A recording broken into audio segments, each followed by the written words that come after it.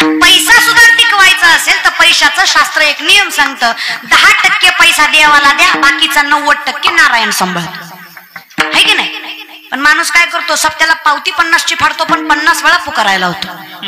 तस करू नका महाराज, दिलेलं कळू देऊ नका. मी नाही म्हणत, शास्त्र सांगतं न्यायोपार्जित वित्तस्य दशम अंशेन धीमहि, पण पैसा न्यायाने आलेला पाहिजे. न्यायोपार्जित वित्तस्य दशम अंशेन धीमहि कर्तव्य विनियोगस्य ईश्वर प्रीत्यर्थ इवच. हे शास्त्राचा नियम आहे. 10% देवाला द्या, 90% नारायण सांभाळतो. आणि शेवटी दिल्यामुळे तर वाढतं दादा. हाताचं भूषण वाढवायचं असेल, सामर्थ्याने आम्हाला पवित्र करायचे असतील, हस्त पवित्र यदि दान पुण्यम, पाद पवित्र यदि तीर्थयात्रा, मुख पवित्र यदि नाम घोषम, हृदय पवित्र यदि ब्रह्मनिष्ठा. नियमच आहे शास्त्राचा. त्याच्यामुळे तेवढं जमलं तर बघा. आणि जर पैशाचाच विचार कराल तर शास्त्राच्या नियमानुसार पैसा म्हणजे विपदो विपदो नेव संपदो न च संपदा, विपदा विस्मरणं विष्णू संपन्न नारायण स्मृती. विपत्ती म्हणजे विपत्ती नाही, संपत्ती म्हणजे संपत्ती नाही. भगवंताला विसरणं ही सगळ्यात मोठी विपत्ती आहे, आणि भगवंताला मनात साठवता येणं ही सगळ्यात मोठी संपत्तीच आहे. ज्याला जपता आली तोही धनवान. आमच्याकडे परमार्थ हे महा, मग दोन्ही कमवा. भला मोठा बंगला असावा, दारात गाड्या असाव्या, मागं पुढं माणसं फिरत असावी, नाव लौकिक असावं, ऐश्वर्य असावं, वैभव असावं, तरी सुद्धा गळ्यात तुळशीची माळ असावी आणि कपाळाला गंध असावा. लोकांना ओरडून सांगा, जे काही मिळालं देवाच्या कृपेने मिळालं, त्याच्यामुळे मिळालं हे लोकांनाही कळलं पाहिजे. मग काय, आता जगाचा मालक जिजाबाईसाठी थांबला, लक्षात आहे ना? फिरत जा पण येत जा म्हणलं तुम्हाला. जिजाबाईसाठी थांबला. महाराज म्हणली आधी नवऱ्याला खाऊन घालून येऊ द्या, मग तुमचं दर्शन घेते. तुकोबांना भाकरी देऊन जिजाबाई माघारी आल्या. विठ्ठल जागेवरच. आता तरी बघू त्या काट्या. विठेवरच्या मालकानं त्या मायमाऊलीचा पाय स्वतःच्या हातात घेतला. काय भाग्य असेल त्या मायमाऊलीचं. थुका लावून काटा दिसतो का पायला? त्यालाही कदाचित एका थुक्यात दिसला नसावा. त्याने 2-4 याला लावला. सरपंचाला नाही, पण सरपंचीला लईच राग आला. पंढरपूरची तुमची नाही, तुम पंढरपूरची. राही रखमाबाई तुम्हा येव त्या तया, राही रखमाबाई तुम्हा येव त्या तया तया, सीधे हडबोडी जागे करा देवराया. त्या रखमाबाईला राग आला. देवा, मुंगीच्या पायातल्या पैंजनातल्या घोंगराचा आवाज ऐकू येतो तुम्हाला. गेली अर्धा तास झालं थुका लावताय.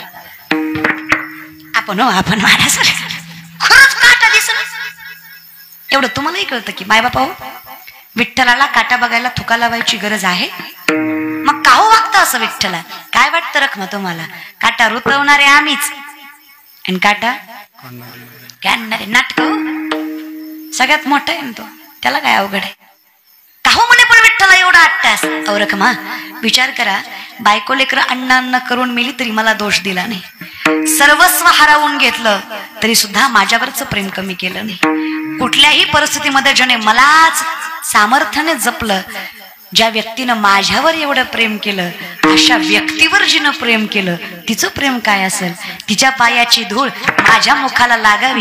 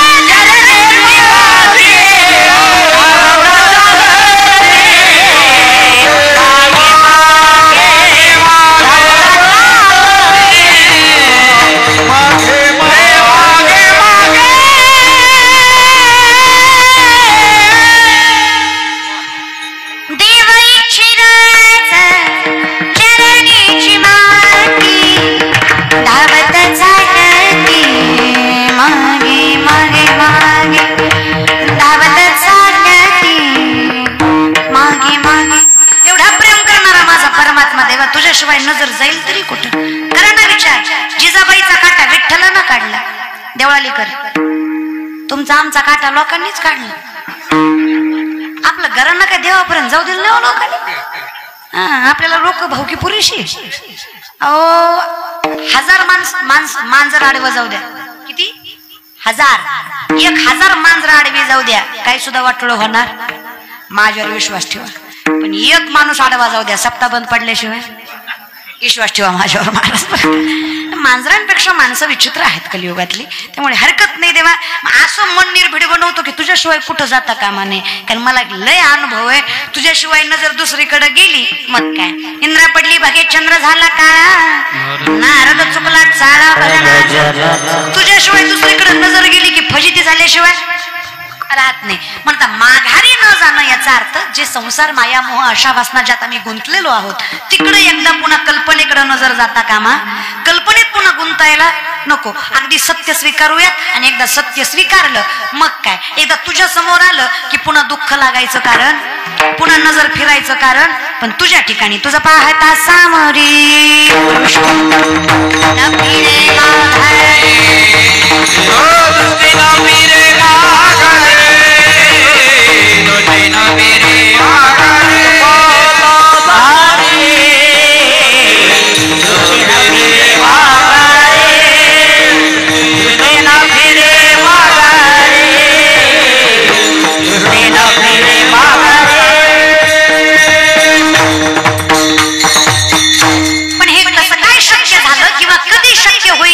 चित्त तुझे.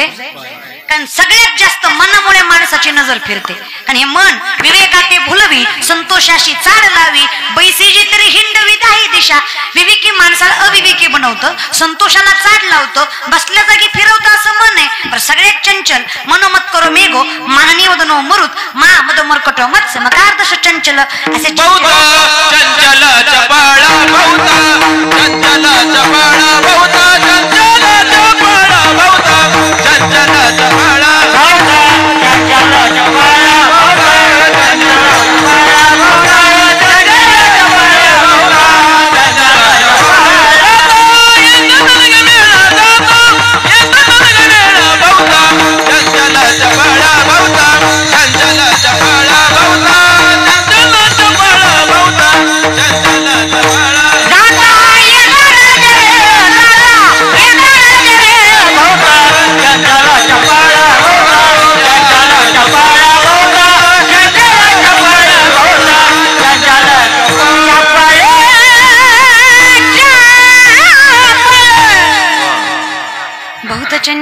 चपळ. अगदी सामर्थ्य नाही, इतकं चंचल आहे दादा. माकडाला दारू पाजली, कुणाला? माणसं म्हणतात पिल्यावर कळत नाही. माणसं म्हणतात बरं का, आपल्याला नाही माहिती महाराज. माणसं म्हणतात पिल्यावर. माझा प्रश्न आहे, कस काय कळत नाही? पिदाड कधी रस्त्याच्या मधोमध झोपलेलं बघितलं तू? कुठं झोपतो ती? कळतं त्याला महाराज. कळत कसं नाही? आता मार मार बायकोला रात्री मारत, सकाळी तिलाच म्हणत नव्हतं ग मारायचं, पिल्यावर कळत नाही. कसं कळत नाही? हात वाळायचं बरं कळतो. आता काय करायचं माय, कळत नाही त्यांना. पिले ना टोपलभर शेळीच्या लेंड्या समोरून येऊन ठेवायच्या त्यांच्या. त्यांना म्हणायचं काळे म्हणू काय ताकद वाढती गोड लागते. खातील का? अहो किती बी टाकलेली असू द्या तेवढ्या धुंदीत म्हणीन याडाय का मी लेंड्यात ना त्या सगळं कळतं त्याला. आणि ती डोक्यातलं काढा. इंजेक्शन औषधानं दारू सुटत. अशी जर इंजेक्शन दारू सुटली असती तर महाराष्ट्राच्या बायकांनी मंगळसूत्र ऐकलं असतं पण इंजेक्शन आणलं असतं. आई शपथ सांगते असं रातचं दिलं असतं. नाही त्रास होतय आई शपथ दिलं असतं. ही जी व्यसनं आहेत ना याचं कारण फक्त संगत आहे. काय आहे? संगत आहे. माणूस कधीच पहिलं व्यसन स्वतःच्या पैशाने करत नाही. आणि संगत अशी बेकार आहे, व्यसन तर सोडा आयुष्य बिघडवते. जगातले 2 नंबरचे विद्वान द्रोणाचार्य, 1 नंबरचे विद्वान दशरथ राजा. 7व्या अवतारामध्ये दशरथ राजा, 8व्या अवतारामध्ये द्रोणाचार्य. जगाचा विठेवरचा मालक कृष्ण अवतारामध्ये ज्यांच्या चरणाला हात लावल्याशिवाय रथात चरत नव्हता एवढा अधिकार ज्या माणसाचा, त्याचा मुलगा संगतीनं वाया गेला. नाव त्याचं अश्वत्थामा. द्रोणाचार्याच्या मुलाचं नाव काय? अश्वत्थामा. संगत इनमिकाची, दुःशासनाची, दुर्योधनाची, शकुनी मामाची, जयद्रथाची. इनमिक तो तो नालायक ज्याला द्रौपदीच्या चोळीची गाठ सुटलेली सगळ्यात पहिल्यांदा दिसली. दुःशासन द्रौपदीच्या केसाला धरून भर मंडपात ओढत आणणारा. दुर्योधन कर्णाच्या मैत्रीचा गैरवापर केला. जयद्रथ अभिमन्यू चक्रव्यूहात केंद्रबिंदूपाशी पडलेला असताना त्याच्या चुकीच्या अवस्थेचा गैरवापर करून त्याच्या मानेवर लाथ घातली. आणि हे सगळं ज्याच्यामुळं घडलं तो दलिंदर शकुनी मामा. अशाची संगत लागली. जगाचा मालक ज्यांना गुरु समजतो त्यांचा मुलगा सुद्धा वाया. आजही मोक्ष नाही अश्वत्थामाला. विचार करा, जगाच्या मालकाच्या गुरुचा पोरगा वाया गेला. कलियुगात एखाद्या माळकऱ्याचा गेला, ह्याच्यात नवल. संगत आहे ना बाबा, असं काय करता. संगत इतकी विचित्र आहेत. अहो मला नवल वाटतं पोरासुरांचं सुद्धा. तुम्ही कोणाचा ऐकताय, कोणाचा आदर्श घेताय हे पण डोक्यात ठेवा. एखादा हिरो यावा, त्यानं म्हणावं पिंडीला दूध व्हायचंच का, मंदिरं बांधायचीच का, एखादी वेबसिरीज निघावी, आम्ही संतांना नावं ठेवा. काहीतरी हा विचार करा. जी माणसं पिक्चर काढतात, वेबसिरीज काढतात, त्यांचं व्यक्तिमत्व काय. स्वतःच्या पोटच्या पोरीच्या वयाच्या हिरोईनी सोबत रोमांस करणारी माणसंही आयुष्य यांचं व्यसनेनं भरलेलं, वासनेनं भरलेलं. अशा करा काय ताकद असेल. तुका म्हणे नटधारी भोग भोगोनी नवल केवडे केवडे नकळे कान्हो वाचे. देवाची बराबरी आपल्याला होऊच शकत नाही, संतांची बराबरी आपल्याला होऊच शकत नाही. आपण साधी कर्मकांडाने भरलेली माणसं आहोत. आपण कर्मयोगी आहोत. आपलं आयुष्य कसं आदर्श बनवणं संततानी कर्मानुबंधीने. आपण जे केलं ते भोगावं. पण देवाच्या ठिकाणी कर्म, संतांच्या ठिकाणी कर्म नाहीच आहे. हे विश्वासात घ्या, डोक्यात घ्या. आणि ज्या दिवशी आम्ही कर्मयोगी माणसं सगळ्यात चंचल मन देवाच्या चरणी लावतो तेव्हा देवात आणि आमच्यात अंतर राहत, सूक्ष्म अंतर सुद्धा नाही. आम्हा तया परस्परे एका नामाचीच अंतरे. किती अंतर राहिलं. नामाचं म्हणजे नावाचं नामस्वरूपी अंतर राहिलं. दुसरं काही अंतर राहिलं. आत्मा परमात्म्याशी संलग्न झाला. मिठी पडली पंढरी राया, मिठी पडली पंढरी राया, मिठी पडली पंढरी राया, मिठी पडली पंढरी राया. माझे चित्त तुझे पाया, मिठी पडली पंढरी राया, मिठी पडली पंढरी राया, मिठी पडली पंढरी राया.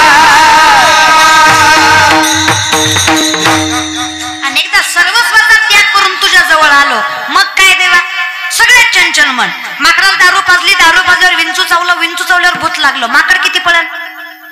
मर्कट सुरापानम यत्र वृश्चिक दंशनम तन्मध्ये भूतसंचारो यद्वा तद्वा भविष्यते.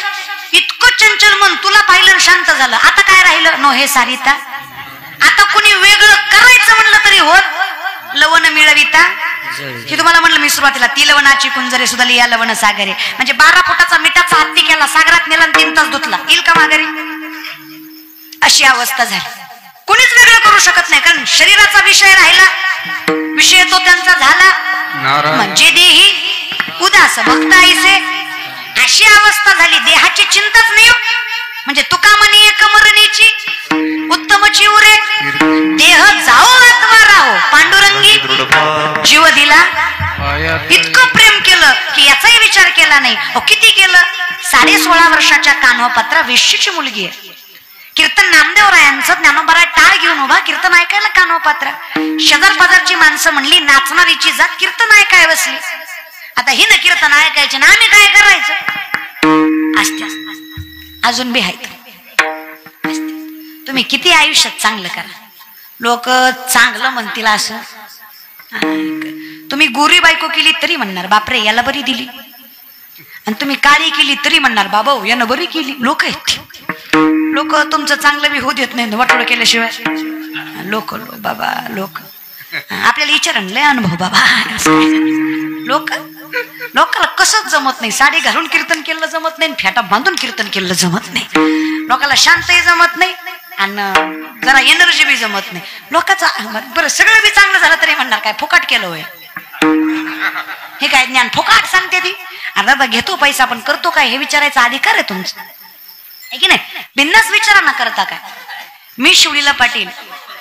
एकतर पहिलं लोक पैसे देत नव्हते, तुम्हाला माहिती. मागितले तरी देत नव्हती.